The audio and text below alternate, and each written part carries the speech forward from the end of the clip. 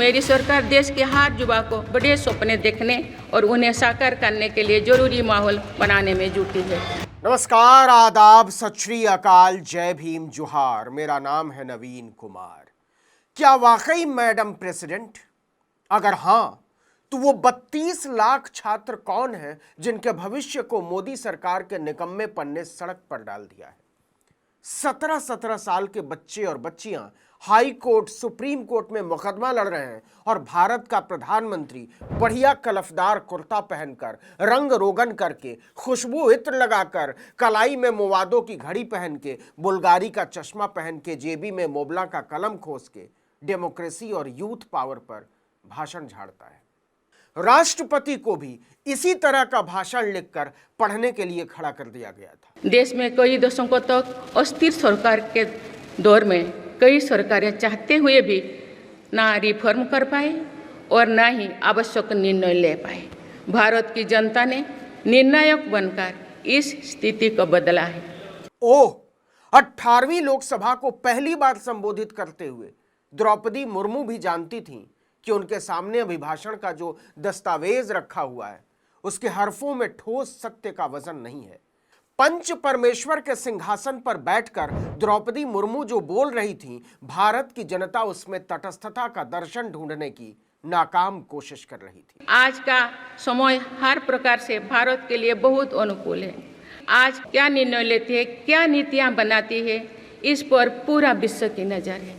राष्ट्रपति जब ये बोल रही थी तो उनकी जुबान थोड़ी थोड़ी हिल रही थी, वो थम जा रही थी, या कहिए वो थम थम कर पढ़ रही थी, क्योंकि कागज में जो लिखा था उसे जुबान पर लाने के लिए उन्हें मशक्कत करनी पड़ रही थी। पिछले 10 वर्षों में जो रिफॉर्म्स हुई है, जो नया आत्मविश्वास देश में आया है, इससे हम विकसित भारत बनाने के लिए नई गति प्राप्त कर चुके हैं। विकसित भारत? कैसा विकसित भारत?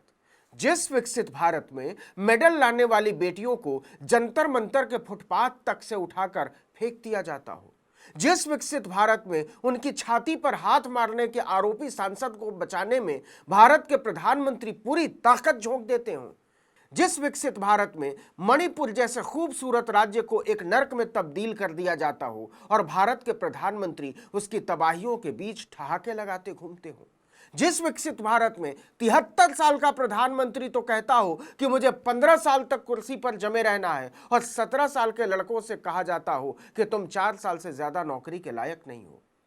मैडम प्रेसिडेंट जो पढ़ रही थी और सरकार ने जो छात्रों नौजवानों के भाग्य पर लिख दिया है, उसके बीच कोई मेल नजर नहीं आ रहा था। हाल ही में कुछ परीक्षाओं में हुई पेपर लीक की घटनाओं की निष्पक्ष जांच और दोषियों को कड़ी से कड़ी सजा दिलवाने के लिए मेरी सरकार प्रतिबद्ध।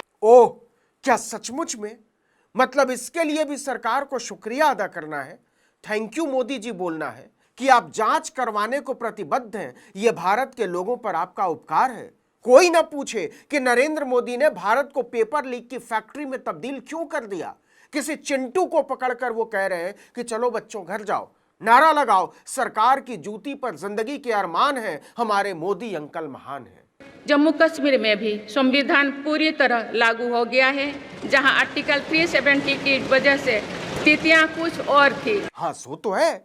कहां संभव था कि उरी और पठानकोट हो जाए और कोई जांच तक न हो, किसी की कोई जिम्मेदारी तय न हो, मुर्दा शांति से भरी रहे सरकार और इस मुर्दानगी पर भी आह्लादित रहे मुल्क के प्रधान। 20 जून 2018 से जम्मू कश्मीर में कोई चुनी हुई सरकार नहीं है।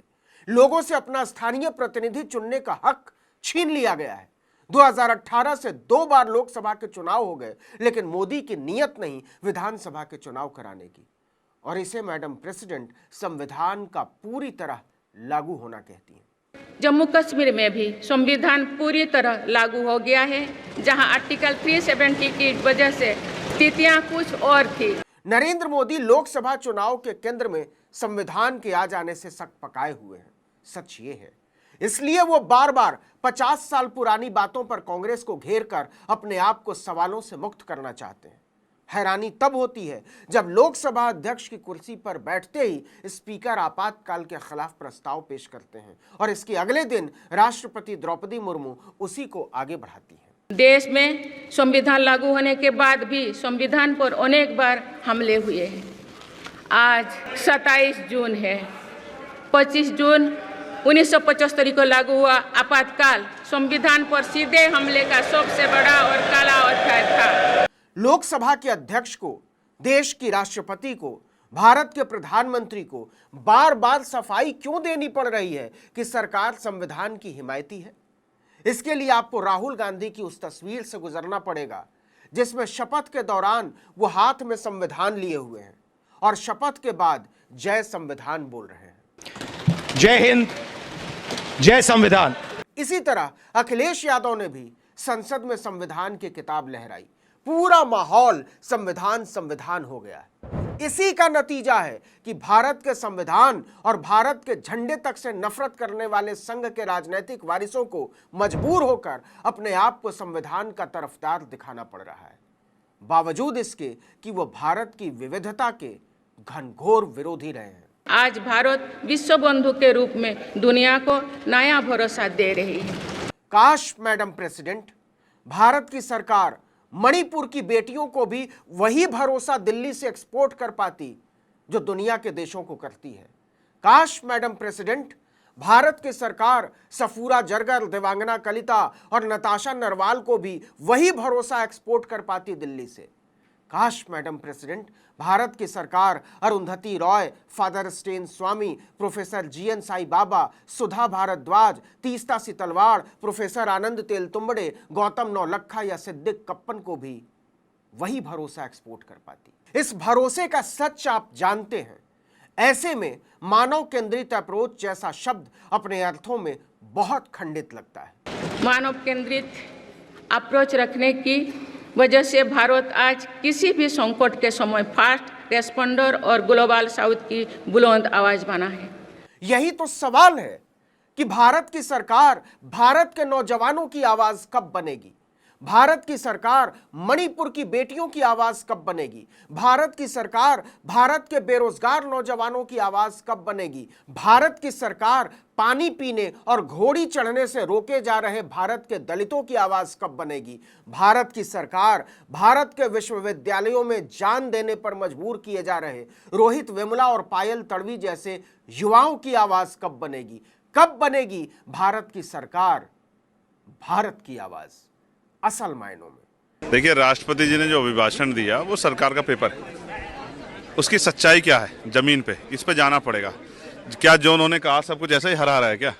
सच ये है, आज भी वंचित वर्ग के लोग बुनियादी सुविधाओं से दूर हैं। इतनी महिलाओं का रेप और हत्या, एनसीआरबी का डाटा कहता है इतने रेप और हत्याएं हो रही हैं। आज भी मूछें रखने पे, घोड़ी पे बैठने पे, सामूहिक रूप से बारात रोकी जाती है, सामूहिक रूप से बहिष्कार होता है। इसका जवाब देना पड़ेगा। मैडम प्रेसिडेंट की तरफ उम्मीद भरी नजरों से देख रहा है राष्ट्र। आज पूरा विश्व हमें मदर ऑफ डेमोक्रेसी के रूप में सम्मान देता है।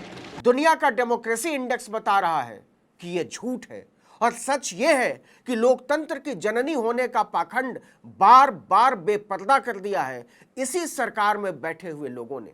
कभी जूते मारो सालों को का नारा लगाकर, तो कभी संसद में अपने साथी को कटुआ मुल्ला उग्रवादी बोलकर, तो कभी बेटियों को धमकी देकर। पूरी दुनिया ने बार बार दर्ज किया है संविधान की कसम खाकर संविधान को रौंदने वालों को। इस वीडियो में इतना ही, लेकिन अगर आपने आर्टिकल 19 इंडिया को अब तक सब्सक्राइब नहीं किया है तो फौरन कर लीजिए। बेल आइकॉन दबाइए, घंटी जैसी आकृति, लाइक कीजिए और कमेंट करके बताइए हमारा वीडियो आपको कैसा लगा। हमारा ट्विटर हैंडल है article19_India और मेरा ट्विटर हैंडल है नवीन जर्नलिस्ट। नमस्कार।